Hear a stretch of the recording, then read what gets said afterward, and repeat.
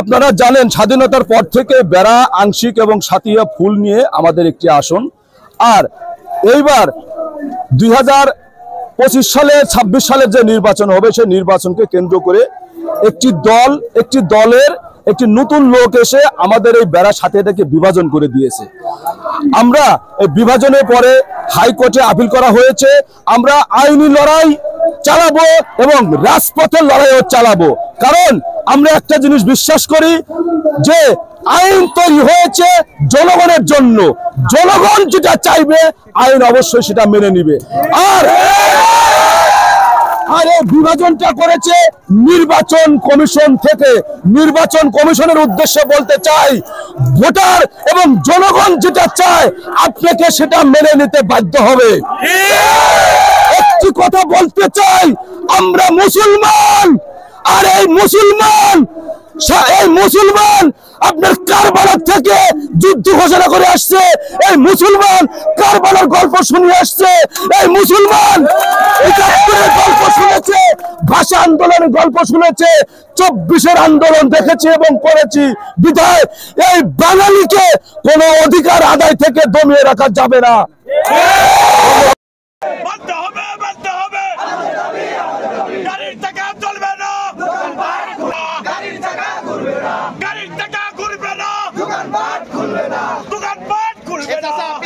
আমরা হরতালে আমাদের এই পাবনা একের যেটাকে বৈষম্য করেছেন আমার বেড়া পৌরসভা সহ 4টা ইউনিয়ন, প্রত্যেকটা বাজার এবং রাস্তাঘাটে আপনি, কারণ এই দাবিটা হচ্ছে জনগণের, এই দাবিটা হচ্ছে বেড়াবাসী।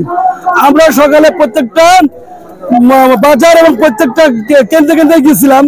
আমরা গিয়ে দেখি যার এলাকার লোক একদম দলবল নির্বিশেষে সবাই গিয়ে হরতাল পালন করতেছে। আমরা আজকে হরতালটা সফল হয়েছি। আর এই আজকের যে আমাদের দাবিটা, সেই দাবি হচ্ছে পাবনা এক পূর্ণবহাল করতে হবে। এই পূর্ণবহাল যদি না করে এরপরে আমরা যতগুলো আন্দোলন করব, আমরা আন্দোলন থামাবো না। আন্দোলন না, আমাদের দাবি না পালন করা পর্যন্ত আমরা আন্দোলন চালিয়ে যাব।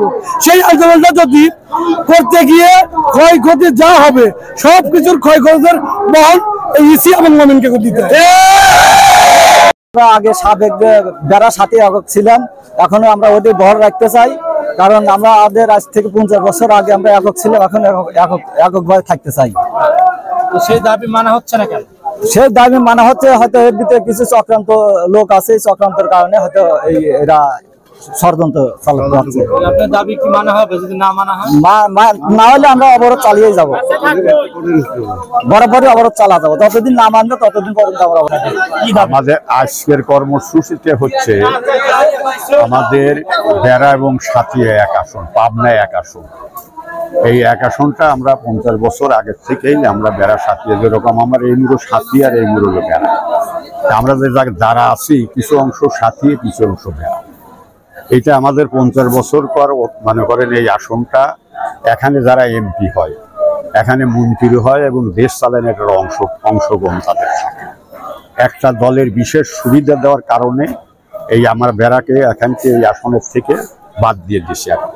তা আমরা এইটা পুনর্দাবি করার জন্য যে সাপেক বহল খায়, এরপর জন্য আমরা মানববন্ধন করতেছি, হরতাল করতেছি। এর পরবর্তীতে আরো বড় বড় যদি আমাদের দাবি মানা না হয়, সে কর্মসূচিগুলো আমরা কর্মসূচিটা চালানো করব এবং যে পর্যন্ত আমাদের দাবি না মানা হয়।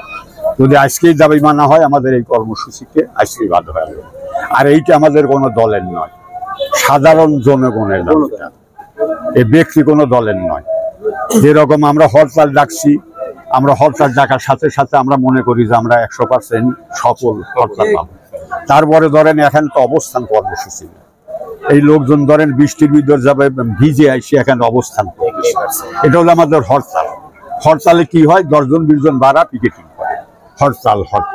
কিন্তু সেই হরতালের অবস্থাটা আপনার বাস্তব দেখতে চান, সেইভাবে আপনার রিপোর্টটা দিন। দর্শক, এতক্ষণ দর্পণ টিভি 24 এর সাথে থাকার জন্য ধন্যবাদ।